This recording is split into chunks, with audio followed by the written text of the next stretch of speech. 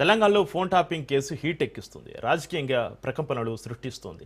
కక్ష సాధింపు రాజకీయాలపైన గులాబీ దళం మండిపడుతుంది. అయితే నిజాలు నిగ్గు తేలాల్సిందే అంటోంది అస్తం. దీంతో అధికార కాంగ్రెస్ ప్రతిపక్ష బీఆర్ఎస్ మధ్య మాటల యుద్ధం నడుస్తోంది. ఆదివారం మధ్యాహ్నం 3 గంటలకు సిట్టు బృందం బీఆర్ఎస్ అధినేత కేసీఆర్ను విచారించనుంది. హైదరాబాద్ నందినగర్లోని నివాసంలో ఆయన సిట్ అధికారులు ఎంక్వైరీ చేయనున్నారు.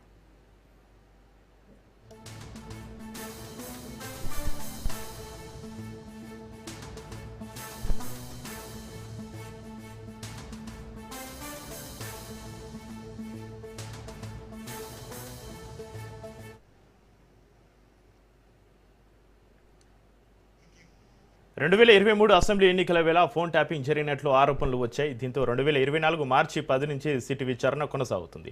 అటు అధికారులు ఇటు నేతలకు నోటీసులు ఇచ్చి డైలీ సీరియల్ను తలపించేలా విచారిస్తోంది సిట్.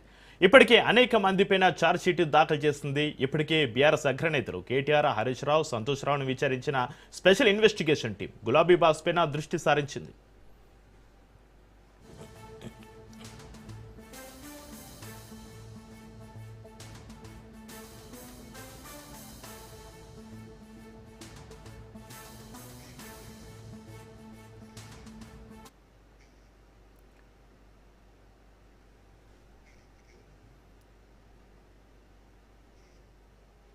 ఇక మరోవైపు అధినేతకు నోటీసులు రావడంతో గులాబీ క్యాడర్ అగ్గి మీద గుగ్గిలం అవుతుంది.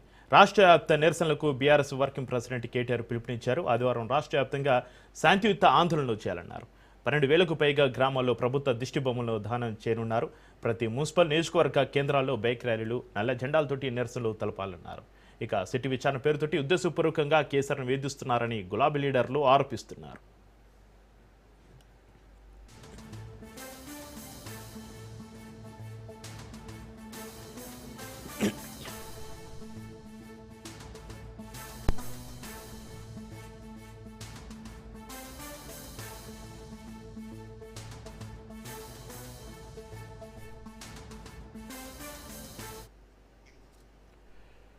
ఇక సిటీకు కేసీఆర్ 6 పేజీల లేఖాస్త్రం సంధించారు. సిటీ విచారణాధికారిగా ఉన్న జూబ్లీహిల్స్ ఏసీపీకి లేఖ రాశారు. 6 పేజీల లేఖలో అనేక అంశాలను ప్రస్తావించారు కేసీఆర్. ఆదివారం మధ్యాహ్నం 3 గంటలకు అందుబాటులో ఉంటానని తెలిపారు. ఇంటి గోడకి సిట్టు నోటీసులు అంటించడం తీవ్ర అభ్యంతరం వ్యక్తం చేశారు. చట్టంలో గోడకు నోటీసులు అంటించమని ఎక్కడుంది అంటూ ప్రశ్నించారు. అలాగే సుప్రీంకోర్టుకు సంబంధించిన అంశాలను లేఖలో ప్రస్తావించారు.